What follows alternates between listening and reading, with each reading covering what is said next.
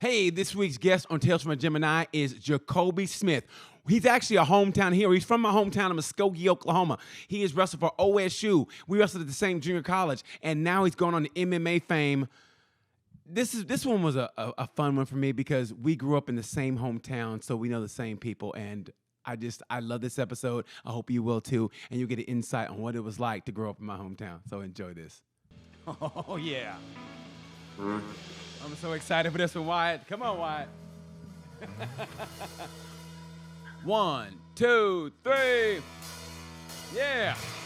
Hey, it's BT with Tales from a Gemini in this episode, man. I can't wait to get to it. As you guys know, there's passions in my life, but the passions that have always stayed constant in my life are motorcycles, music, especially heavy metal, and wrestling. Wrestling to me is the greatest sport there is, okay? And I saw this guy. I got a chance to watch some wrestling, and I was watching OSU wrestle somebody, and toward the upper weights, I'm like, who is this fucking beast? This black dude, he was built like a brick shithouse. I'm like, who is this dude? His name is Jacobe Smith. I was like, this guy's a monster. Somehow, I don't know how, but I think it's my dad. My dad knows everything. He goes, yeah, that boy's from Muskogee. I go, what? He said, I said, Muskogee? I said, no. And after that, I was the biggest fan in the world. Me and this guy went to the same high school, had the same high school wrestling coach, and we went to the same junior college. And then he made a mistake, went to OSU, I went to OU. But still, he's made all the right moves in his life, and now I got him on the podcast. This is two Muskogee roughers talking to each other. Ladies and gentlemen, I introduce you to now NCAA All-American, a two-time junior college All-American, and he's soon to be an MMA world champion. Please welcome Mr. Jacobe Smith. What's up, Jacobe? Going, baby. Man, it is Love good to see you, brother. I mean Good to that. hear Where you at? Where you at right now? Where you at? I'm currently in Oklahoma with my wife and son, taking a month off of training. Where in Oklahoma? Where? Muskogee? Oklahoma City right now. Oh, you sell out. Yeah. Why don't you go to Muskogee, man? Go to see my daddy. I was there last week with family. My mom and them still there, so I'm always around. You know what? Everybody stays in Muskogee, but I'm the only one that left. I mean, people don't venture too far from Muskogee, and it's so weird, man. They they go to Tulsa or Oklahoma City, and that's it, you know? Yeah, I kind of like it. I was thinking about moving to California, but I'm like, man, I miss my Oklahoma vibes, you know? Dude, I mean, honestly, everybody from Muskogee, all we are is just country boys, man. Just good old country boys. We are. We like land. Give us some land. We're laid back. We're chill. We're the nicest dudes in the world. But we'll still take your lunch money and your bicycle. I mean, we'll bring it back, but we'll do that every time. You tear away from that a little bit and pick up golf, you know? I saw you golfing the other day. I was like, what the hell's he doing? I started golfing. I was pretty good at it, so I kind of picked up the hobby, you know? Yeah. Okay, so let's go back in time, man. I watched your story the other night and the other day. I was, trying to get some background info on you, and you had an unconventional path because you did it all like we do in Muskogee. You did all the sports. You did cross country football, and so how did you do in cross country? How'd that come about? So I want to say either my freshman or sophomore year in high school, our coaches made it a mandatory thing for all the wrestlers on the team. If you were in wrestling in the off season, you know, so put us in cross country, and me and my best friend DeWaylen at the time in high school, DeWaylen Barnes, we used to skip a lot of the running. They used to run around the college right next door, Bacone, baby. Oh man, we put in some miles around Bacone, but yeah, it definitely helped. It started off as a joke, and then we started taking it pretty serious. And then I want to say my last cross country tournament was the only one I placed in, but I got top 10 and it felt good about it, you know? Let me tell you something, man. When I was there, and we had the same wrestling coach, so I feel bad for anybody watching this podcast who didn't grow up with us because it's a lot of inside stuff here. But our wrestling coach made sure we were in such a great shape that my sophomore year, he put us in a cross-country meet, and and the wrestlers finished better than the cross-country team. I remember that. The whole team, we finished better than a cross-country team. That's how great of a shape we was. That's nuts. Man, let me tell you something, Coach. I mean, you probably got a coach. We had the same coach. Our Coach Jefferson. You probably got the kind of mellowed out Coach Jefferson. The one we got, we were the one. And you tell me if it changed when we wrestled on a Monday. This is the way it was on a Monday. On a Monday, we would wrestle 6-minute matches, and then we climbed the rope, walked the wall on our hands. We did 25 push-ups, 25 sit-ups, and we do that for 4 reps. We do that for 4 circuits. And after that, we did 4 sets of 25 for overhand pull-ups, 3 sets 25 for underhand, and then if you weren't lifting, you ran 5 miles around the top of the basketball court with ankle weights on your wrist, and if you lifted, you did 3 miles after you lifted with ankle weights on your wrist. Did you guys do the same thing? We did a lot of it, but the weights on your hand didn't do. He made us carry a 45-pound weight, the dumbbell you put on to squat. Yeah. We used to carry one of those and run 2 miles after practice. Yeah. Don't let you get in no trouble or be in trouble with grades because, oh, man, you would be running up to 5 laps around the track. So what? That's 4 laps is a mile, I believe. Yeah. A mile and a quarter, so. And now, the greatest thing about it is, and I was watching this interview, and honestly, it rang a bell with me because, and this is no disrespect to my dad, and I'm not trying to disrespect you, but I think you had some, I don't say problems at home, but something at home was going on. I don't know what it was, but I'll say this. Around 9th grade, when I going into sophomore, I knew Coach Jefferson was tough, but for those 3 years, I'm going to say Coach Jefferson was probably the most influential male role model in my life because me and my dad weren't getting along, and that was my fault. It was all me. I'm a teenager, whatever, thinking I knew every damn thing like my mom said. But Coach Jefferson was the most instrumental male in my life for those 3 years, my high school wrestling coach. And I remember he said something that you said is that what rang true, and I didn't know how to win, and I didn't know a lot of stuff, but I remember him saying, you got to do something extra all the time. Do something a little extra, and that's going to elevate you more than your average person. And I'm one of the people that listen to Coach, and because of that, I went to state and got second. And I saw an interview with you, and you said, do it a little extra, whether it's just a little bit extra, a minute here, a minute there, and that adds up. And did you get that from Coach? Did you get that from Coach? Absolutely. He installed it in me.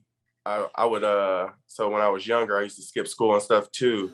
And some days my parents wouldn't even know, and he would find out I wasn't at wrestling practice, and then he'd go let my parents know, so then they got a system down to where they had pointers on me and kept me out of trouble pretty much. But he definitely was one of the main reasons for my success in wrestling. He gave me a key, No, why were you skipping school? Like, what were you doing? Just stupid shit? And where would you go? It was Muskogee. Where did you go? Sonic? Just running. Yeah, one day I got into a fight in the Sonic parking lot. What happened? How'd you get in a fight in the Sonic parking lot? What happened? It was nuts. So we were just bad kids, and we were getting our food, and there was a hothead behind us, revving his engine and honking the horn, hurry up, yelling at us. And I'm in the back seat. I turn around, and he put his hands up, and I get out the car, what's up? What's the problem? We waiting for our food just like you. And he was on some other stuff. You could tell he wasn't all the way there. He must have been on some Xannies or something, but he started reaching for something in his car. Yeah. So I was like, oh my gosh, I'm about to get shot. Yeah. So I better either run and get away or get close enough to where he can't get me. So I just took off running toward the car and pushed the car door. I slammed it on him as he was reaching for whatever he was trying to grab. Then I grabbed him and put his hands behind his back and waited for a security guard to come. But it was pretty crazy. It was a crazy thought. That's what's scary. It was at 11 o'clock. I was supposed to be at school, and the only reason why I got in trouble was because when the cops got there, they asked for my ID, and I was supposed to be at school. Oh. So that dude actually, that was actually the best thing for you. Should have hit and run. You should. See, that was the best thing for you. It's a good thing you ran across that dude and he was an asshole, because if you didn't, you'd still be doing stupid shit. So actually, that dude was the best thing for you. The reason for everything, But That's Muskogee for you. A fight in a Sonic parking lot. And I just said that as a joke. And they go, nah, that's what Yeah, happened. actually, Sonic is where I had my first job growing up. Really? So, yeah. What'd you do? What'd you do? I was a car hop. I had the skates, 10th grade. Mm-hmm. You know, I had my weekly old ladies would come through and tip me $100 every week. You know, Are it you was serious? Yeah, oh yeah. I worked at Sonic for I want to say 4 months, my sophomore year in high school. Yeah. And you skated. Absolutely. You were roller skate. Was Stardust still there? Was Stardust Skate Arena still there? I think it was. Absolutely. Did you ever I go think it was.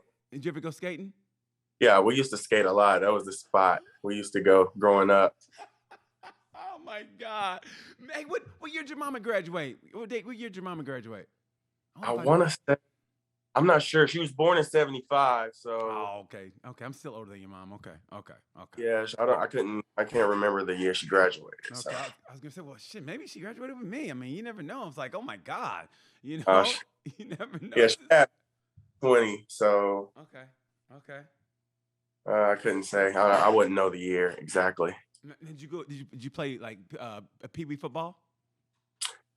I actually couldn't get into sports until I was in middle school because I had bad bronchitis, asthma, and my doctor didn't release me until middle school. And then I got into sports in 7th grade, started wrestling. And of all the sports you did you always gravitate toward wrestling, or was it something that eventually became a passion? So I just wanted to be in a violent sport growing up because like when we played football, I would always crack the opponent or, you know, hit somebody hard, stick them, you know. Yeah. I just wanted to be in something physical. And when I was in middle school signing up to get in sports, I was like, I see football, I see wrestling. Ooh, I'm gonna try, you know, all the cool sports. And then as I started doing everything and everything started to unfold, and I didn't even know my dad wrestled, but he ended up telling me he was a wrestler and stuff after I got into it all on my own. So, but my first dream was to be a professional football player. Really? What position? Running back for sure. Ah. Either running back or wide receiver. I have huge hands, so I'll say running back, but I'd probably be a nice receiver, you know. Who was your idol running back wise? Who was your idol? Adrian Peterson and LaDainian Thompson. Yes. Two favorites. Okay. Yes, sir. Now, did your dad wrestle at Muskogee? My dad. I didn't hear you. Did your dad wrestle at Muskogee? No, he was from Tulsa, the Tulsa area, but he met my mom in Muskogee, and that's why. And my mom stayed there when they met and stuff, so that's why we grew up in. I grew up in Muskogee. Now, what high school did your dad wrestle at? I don't think he wrestled for a high school. It was like the summer, you know, team Oklahoma goes to Fargo and stuff. Yeah. Or like the US Opens, he'd enter the U.S. Opens and stuff. He went and got second at the U.S. Open. He beat my Coach Smith's brother at one of the U.S. Opens back in the day in the semifinals. Wow. Okay. He was a beast. He won nationals his first year ever wrestling. He won nationals at Fargo, and I never won it. So, I mean, that goes to tell you something. Yeah, but that genetics has to be there. Like, when did it finally hit for you with wrestling? Okay, this is the path right here. It hit pretty early. Like, I was pretty good from the jump. It just started clicking though, really, and I knew I wanted to do this more than anything. In about 11th grade, I started beating people I shouldn't be beating. They were moving in like #1 wrestling recruits in the country. Mm-hmm. And I was beating them. And it was like a match made in heaven, you know? Yeah. Let some steam off, you know? Yeah, get man. Work done. Now, what weight class did you wrestle in high school? What weight did you finish up at? What weight did you finish up? I graduated my senior year. I wrestled 160 at state. Oh, and how'd you do? Champ, I went on. No, actually, I lost. I had one. I don't know if you know Chandler Rogers. He wrestled with me at Oklahoma State. Is that the dude that throws people? Is that the dude? Yeah. Yes. Mm-hmm. That dude, So man. he moved in to Oklahoma from Washington my senior year. So he spent his senior year in Oklahoma. Okay. And I would bump up from 160 to go up at 170 to wrestle him. And I lost one match to him my senior year. That was my only loss my senior year. So. Oh, and you won state. Who'd you beat in the finals? It was actually a kid from Arizona. He ended up signing to OU and then dropped out, but I can't remember his name. His dad was a pretty good wrestler too. He might have been a national champ from OU. Okay. So I can't recall his name though. God. Now, when you finished up at Muskogee, whatever, like, what was the goal after? What was the mindset? Did you want to continue wrestling? Did you want to go 4 year? Because I know you went to junior college. Like, what was the mindset after that? Well, the mindset right after high school was to get right into Oklahoma State, of course. And why not OU though? Why not OU? I mean, come on, man. I was this close to going to OU. And what happened? So this is the story. I get a call from John Smith, right? Right. I tell he's asking me, you got any recruiting trips and stuff like that? I'm like, yeah, I'm actually on my way to OU right now. And he was like, you need to turn around. You need to go home. Like, don't go. And I was like, well, I'm already with one of my buddies and we're both already going. Like, I'm going. He was like, well, don't go to any more. Go to this one and then don't go to any more. If you go to any more after this one, I'm take the scholarship I offered you. I was like, all right, coach, I'm gonna go check them out, and then I ain't going nowhere else. I promise. So we are up there checking it out and stuff, and OU is like, we'll give you a full scholarship. We'll take care of you. We'll get you this, get you that. Like, pretty much doubling up on what Oklahoma State had for me. And something in me told me was like, you started a career in wrestling and you told yourself you were going to go to Oklahoma State. I told myself that my sophomore year, and something about my word, I wanted to keep it. Mm-hmm. And I didn't care how tough it was at which school, which I felt like Oklahoma State was a little tougher and harder. So I chose the tougher path and the path that I told myself before I knew anything about wrestling, college wrestling at least, Right. Oh my gosh, that's beautiful. It's beautiful. It was Oklahoma State, and then it all fell into place from there.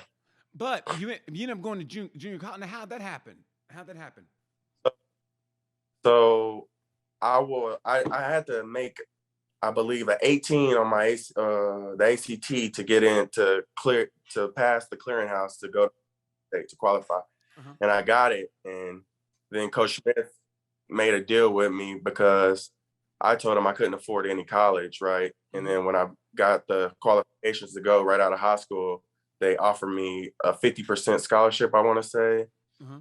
And I was going to college on my own. Like, my parents weren't helping me out with anything. I was just trying it out on my own. And I knew I couldn't, if I didn't have full help that I needed, I wasn't going to be able to go there. So he told me if I went to NEO for a year, got the grades, and won a title, that he would give me a full ride the next year.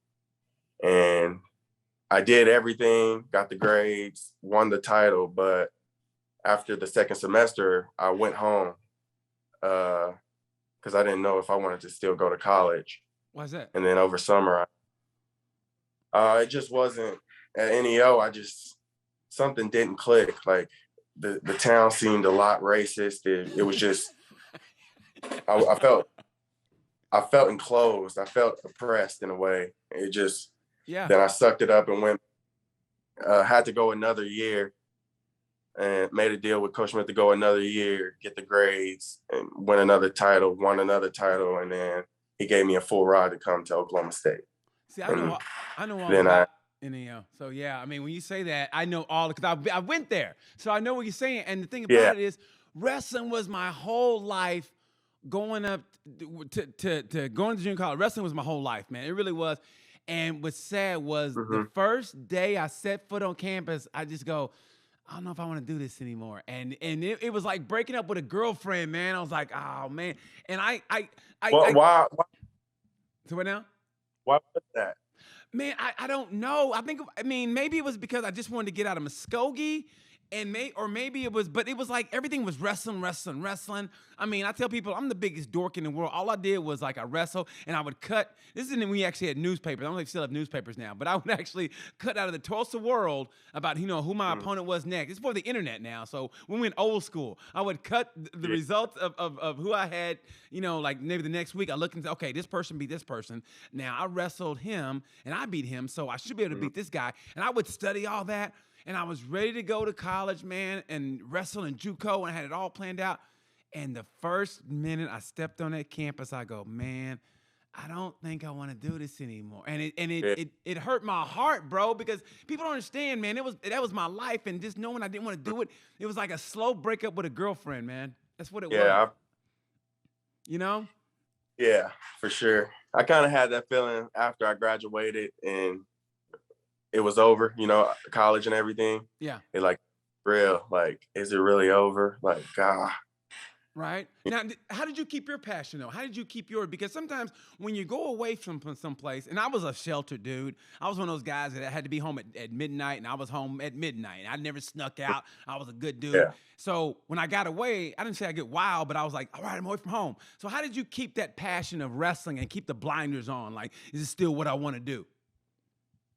I think just how I grew up. It was just so hard Mm-hmm. and like at home, like I was the only boy. So my mom had three girls and I was the only boy. So like I couldn't really roughhouse like I wanted to with them. Yeah. And if I did, like, you don't hit girls, you're getting a whooping, go in your room for the rest of the day. And like that kind of stuff bothered me, like to the core. Yeah. Like, cause I needed to get that energy out, Right. and I could Right. sports, I wasn't in nothing. Like I needed to figure a way to get that energy off. And my sisters were hella tough, but if one thing went wrong and they started crying, I was getting a beat down. Yeah. Yeah. So Yeah. I had to think about that, Mm-hmm. and not getting to do it as much as I wanted to made me think like when I did get to do it, like I want to do it again. Like it was a rush. Like, I don't know, something about it. Right. And like it was also other things I could do, like kicking it with friends or running around. Right. But like that was cool to a point where I start thinking like, what am I doing? Like, this ain't nothing. I don't like doing this stuff when I'm alone. Like, I want to go burn some energy. And, like, it's something about burning energy. It just gets the rest of my day going. So Yeah, man. Yeah. I go off alone and then get a workout in and then click back up later with my homies, and then they already got into the trouble and stuff. So now we on to the next thing. And then when they come getting their consequences dealt out, I'm just sitting there getting left, they're getting picked up, and then I'm back alone. Now what am I do? I'm gonna work out again. Right. Okay. It's just something about it. And I did not want to see myself in jail or anything like that. It just that was always a big thing for me, not being not making it out. I just needed. Yeah, because Muskogee can be a rough place. I mean, it's like Yeah. any place. Like any place can. Any place can be a wrong place if you roll with the wrong crowd, or you just you get caught up. So luckily you had wrestling, but so you were a two-time JUCO champion, right? Okay, so like you're feeling yourself. So you go to OSU. What was your first oh shit moment when you went to D1? Like when did you go, holy shit, I'm in D1 now. This is different time of wrestling. Like when did that hit you? It was actually my red shirt year. So it hit me. Like I was in there training with all those D1 Oklahoma State guys and having success, and not having success with the better ones, like going through the building. But then I went to an open with the actual team, my redshirt year and wrestled in the tournament and wrestled a couple of All-Americans at All-American that year. And like every match was like tough. Like I'm used to getting out there pinning them, pinning them, making semis. You might have a tough match. Maybe you pin them, but finals match, you'll have one tough match, Right. Then you won every single match. Is like you need every ounce of grit you got to go get it. And in between those matches, it ain't no walking around the tournament. You need to go recover, lay down, get off your feet, let your body actually recover, because you got this much time before you got to get out there again. And my body wasn't recovering quick as it needed to. So I had to come up with a system to figure that out, like, because my body wasn't used to the high level matches and the quantity and the quality of the high level matches. And what was the system? What was the system you finally figured out? So after every match, I get 3 sprints in to burn my lungs a little bit more. Then I go get off my feet for at least 30 minutes. And if my match comes before that 30 minutes, then I make sure I tell them that I need my 30 minutes that you're supposed to have for your in between periods. And then I make sure I get a good shakeout in between every match and a rub down from my coaches. And then I wrestle. And if I didn't do that, then my body would like ache, or my muscles would they would wear down quicker, and I would feel it throughout the tournament. And I just needed ways to keep my endurance up in those later matches throughout the day, Yeah. So that's the difference between D1 and JUCO was every match is going to be a dogfight, even the ones you're guaranteed to win. Now, So who did you hate facing in college? Like who did you go, oh, here we go with this shit again? Like DMX, here we go with this shit again. Like who did you like just go, I hate wrestling these dudes because they're gonna do something dirty, or it's just gonna be an all out. It's gonna be the dog fight of all the dog fights. Who did you just hate going against? if I had to pick somebody, I would have to say either Alex Derringer or Tyler Caldwell, just because they were in the wrestling room, and after a match, like in there, you got a whole another hour of just training and gritting, Mm-hmm. But when it comes to like matches, like tough matches, like live, like wise, like I never shy away from that. Like I always want it. I just want to make sure my body got the energy to go, Right. Which was my big deal. Like I would go weigh in at a tournament and I didn't cut much weight, so I wouldn't eat. Like, and then my body would be getting tired, and I'm like, what's wrong? And then the coaches started asking me questions, and then we got down to it. You got to eat no matter how hungry you are or not. Like you need that. Your muscles are going to be needing that because of the output of the work output that I'm doing. And I had to learn all that process and stuff. And once I got it down a little bit, it kind of started feeling good. Kind of felt at home at Oklahoma State a little bit. Now, what team did you guys hate? Or just you? What team did you just hate? Like, I hate these dudes. I mean, like there was just a visceral, I can't stand these dudes. So I would want to say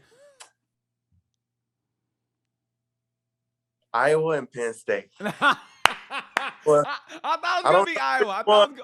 I don't know which one out of them two, because I don't think I've been a part of a team to beat Penn State, which makes me hate them a little more. Yeah. But Iowa is much more of a rival. Like it's like always a intense rival. But with Penn State, it's like we never beat them head up. Yeah. And it kind of bothers me, those two teams. Now, what is it about Iowa, though, that gets you go? What's about Iowa that makes you guys just a little, like every time I see you guys, it's always that intensity turned up, and it's always looks like it could be a fight between something. And I remember when Penn Spencer Lee. That was, oh my God, dude, I was at home going, oh shit.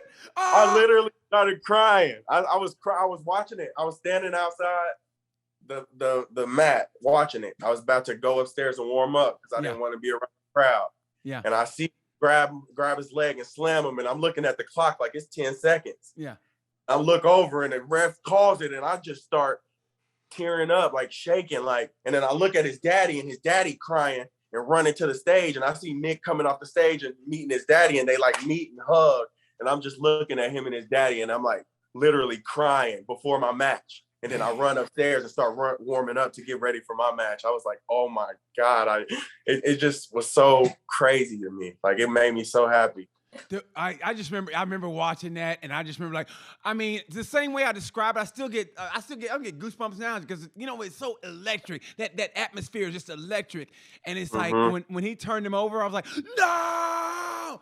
And then when he called it, and watching Spencer just take his headgear, oh my God, dude. I loved it. That's one of the greatest moments ever. Like, how was it when you wrestled in either environment, but especially the home environment? How was it to have that whole stadium just rocking and on your side? Did that give you that extra little pump?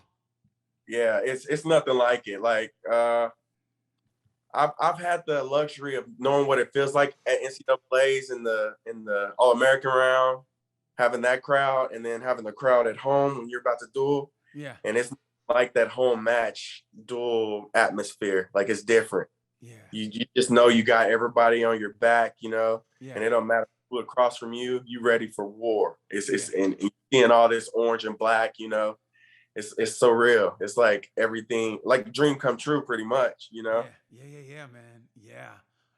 It's definitely a great memory of mine.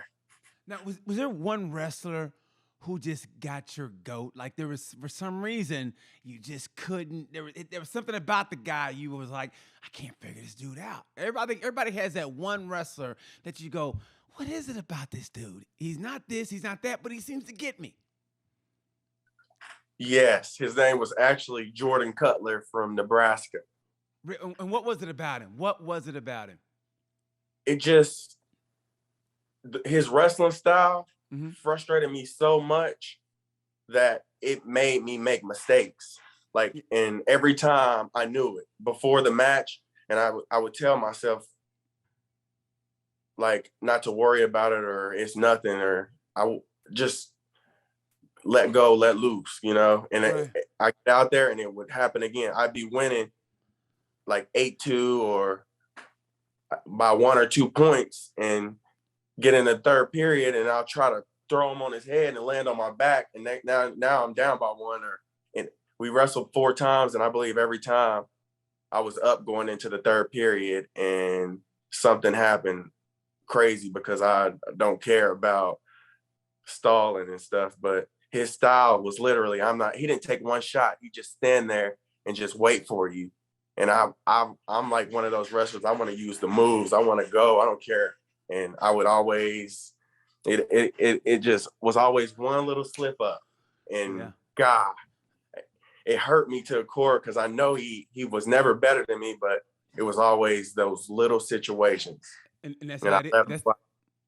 And that's how it is. At that level, it's always those little mistakes. And that's why, in a way, you have to do the sport to understand that. Like, when you want to get other people to come into wrestling, and like the people who aren't wrestling fans, and you're trying to, to get the outside people to come in, they don't like those matches. But me, I love to watch that match where, like, that little mistake. Oh, I think one of the greatest examples of that was, I think it was the guy that transferred, the heavyweight that transferred from Iowa to Oklahoma State.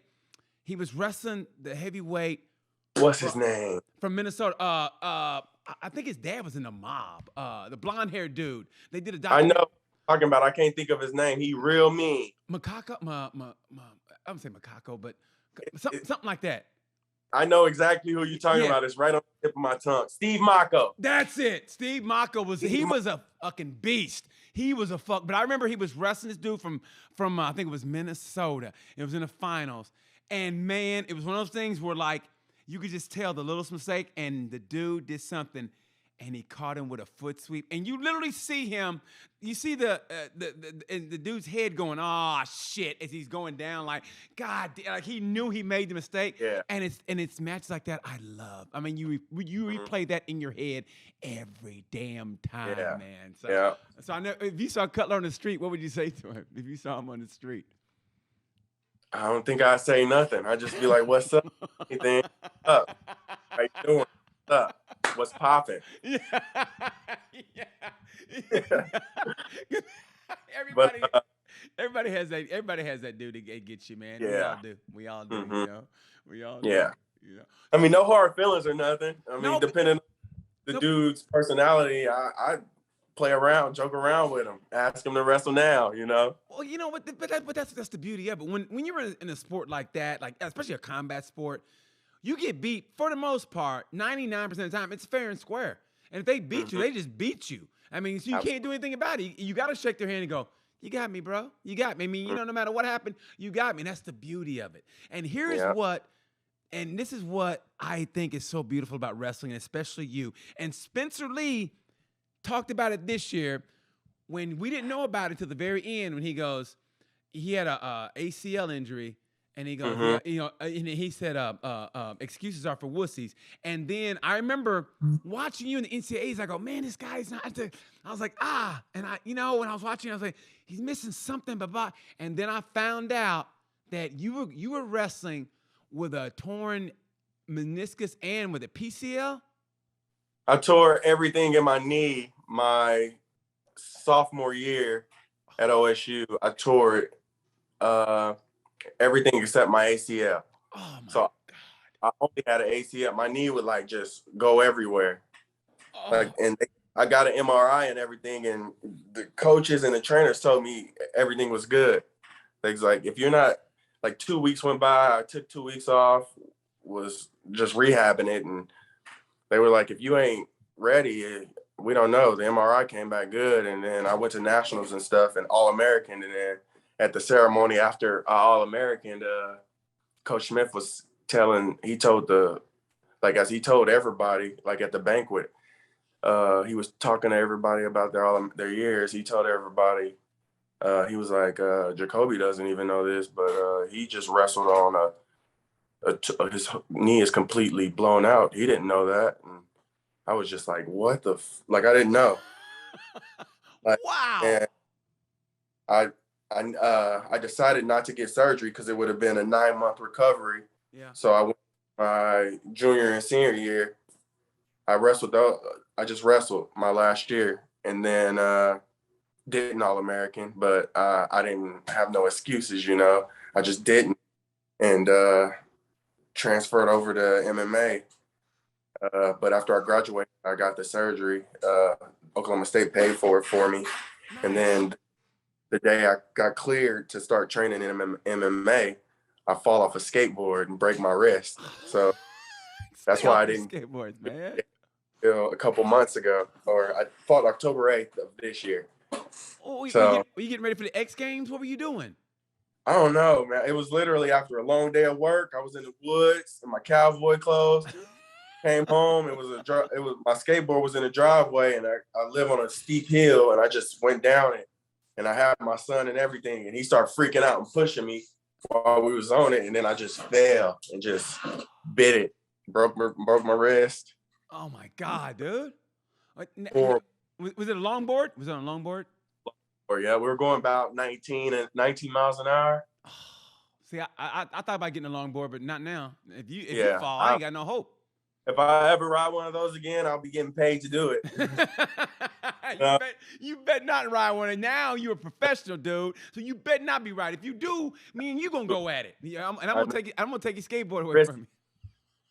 Yeah. Hey man, before we get into the MMA, I would be remiss not to ask, what's it like to have John Smith, one of the, and I mean this from body, he's got to be the top 5 wrestlers ever to do it, Russians included.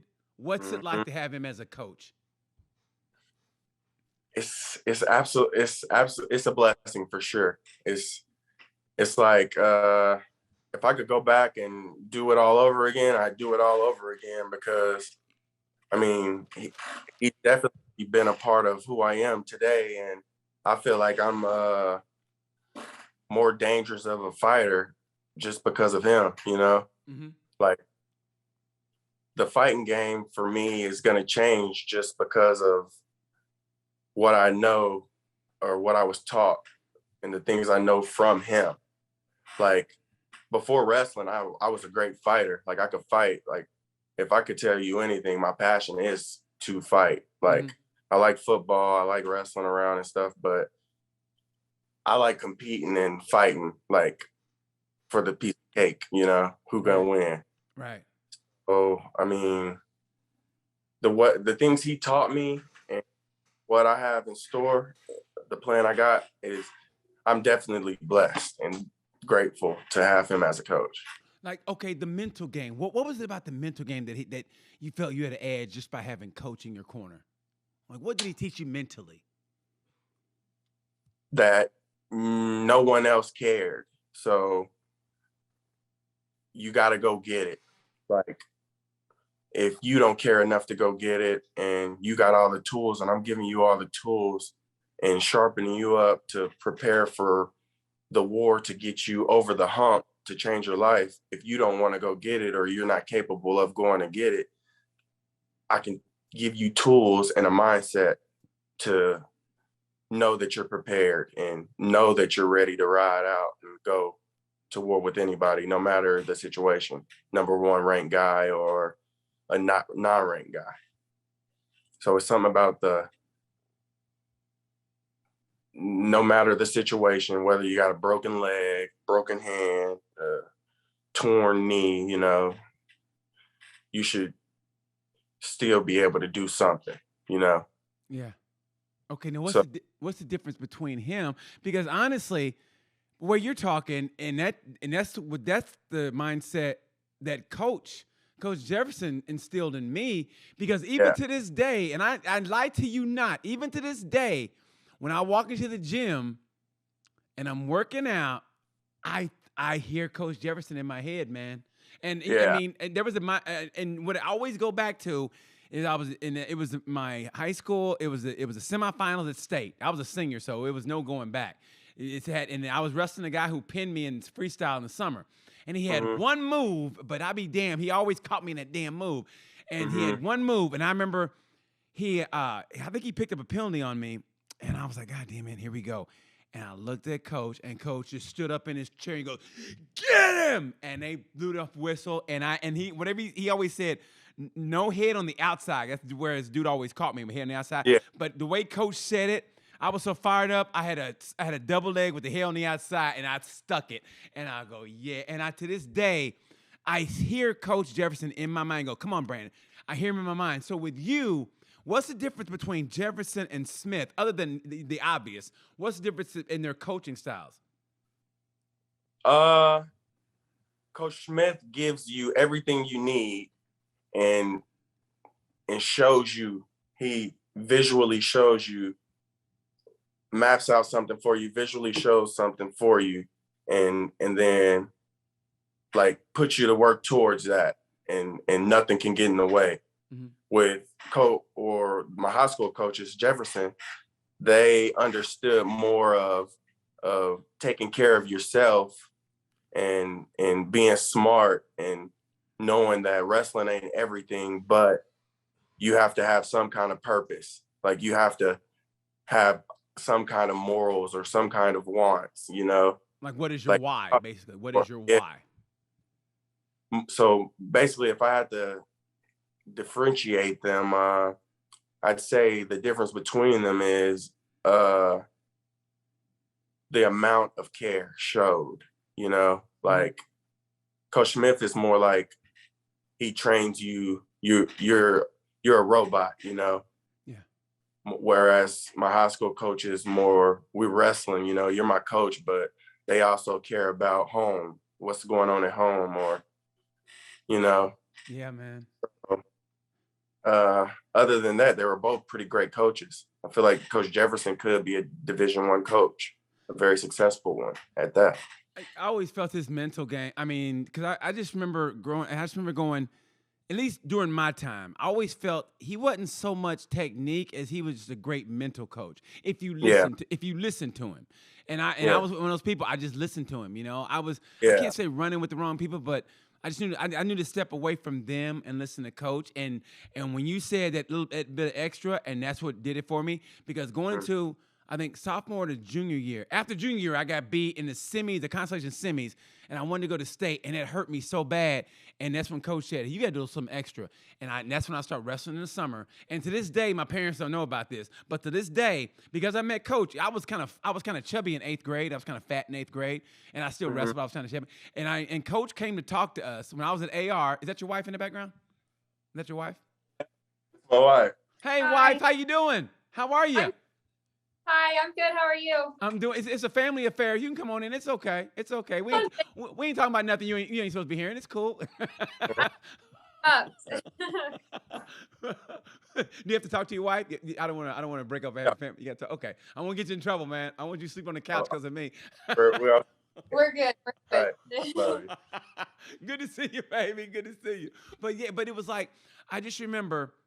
I remember like I was so depressed, and Coach was talking about you got to do something extra, and no one knew this except for now. Even my parents to this day don't know this, but because of Coach and doing something extra, I never ate school lunch after 8th grade because I was fat. So what I would do, I'd save that dollar and I would run on my lunch hour. I would run and stay in shape, but I never ate a lunch after 8th grade. I never had a high school lunch after 8th grade. Wow. Yeah, man, and that's the dedication I did. And I ran like I would run 2 or 3 miles during my lunch hour, and I did it every day because I go, man, I got to go to state. And then in the summertime we go in there, and you remember Dan, Dan and Shay. Yeah, I remember them Mhm. when they were kids, and I remember Yeah. going to that hot ass wrestling room, man. And I remember, and this is a true story. I remember Dan was so small. I forget how old he was. I remember him.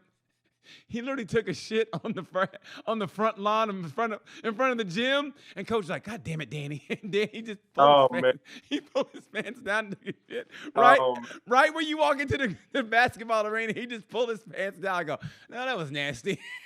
And we go Oh in there and wow. wrestle. Yeah, so I remember that. But that's what Coach did for me, man. That's what Coach did for Yeah. me. Sure. So now you carry that. Now you carry that mentality in the MMA. So do you?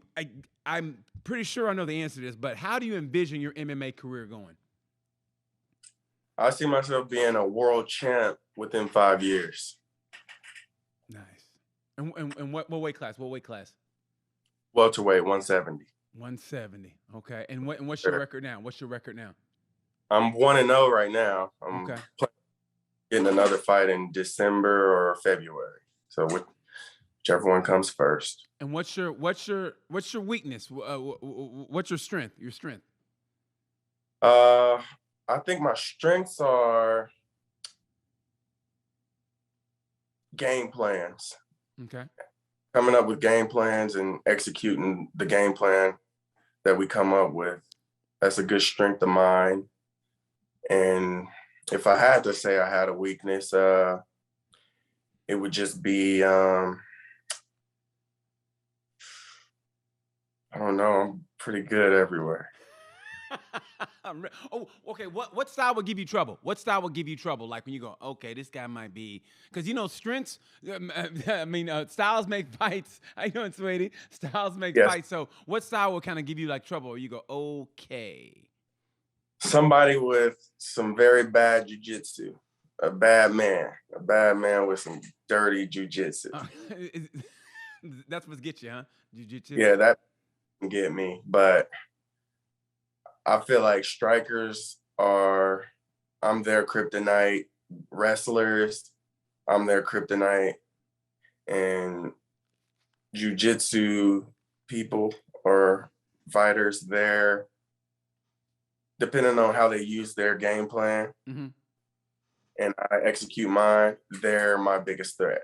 So have you thought about wrestling doing the Naga tournaments or whatever, so you can get better that way?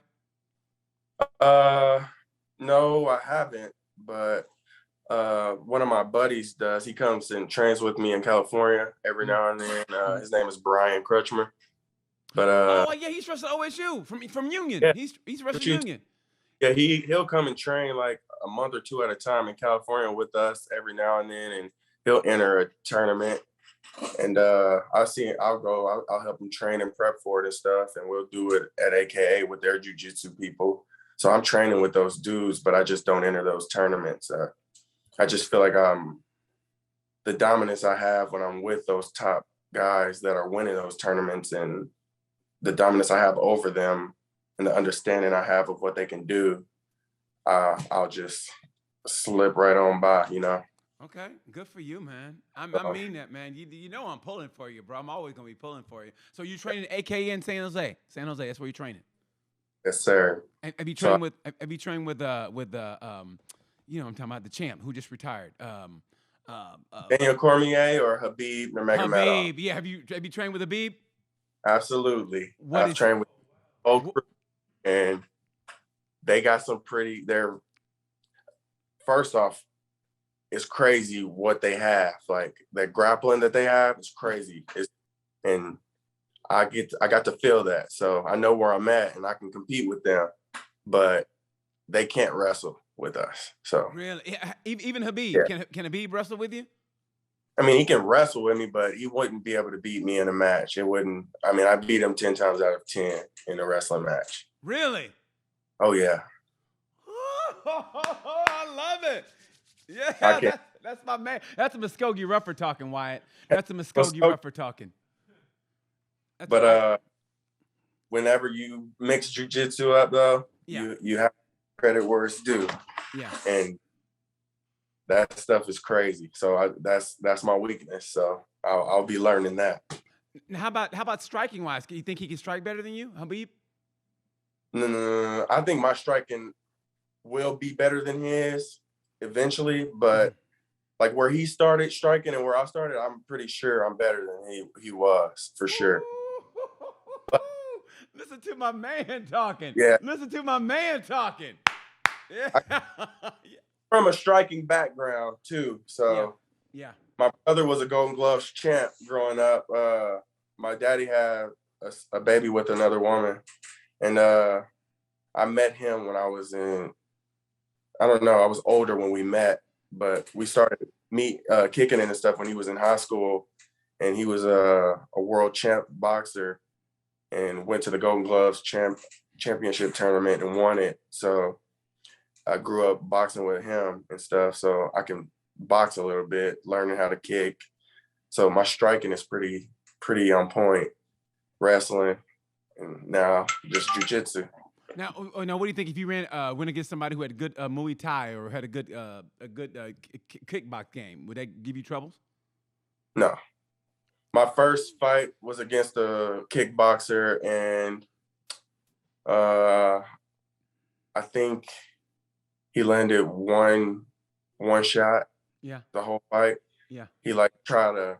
So I'm gonna show you. I love it. So we squaring up to fight. Yeah. And I jump in with a lead hook here. Uh-huh. So I jump in to go, and as I jump in, he goes like this. And as he does that, I go from here to wrap the leg. Yeah. And kicks me here, and then I just body lock him and slam him, and then I just beat him. So it lasted about I want to say a minute and 30 seconds. It was a minute 47.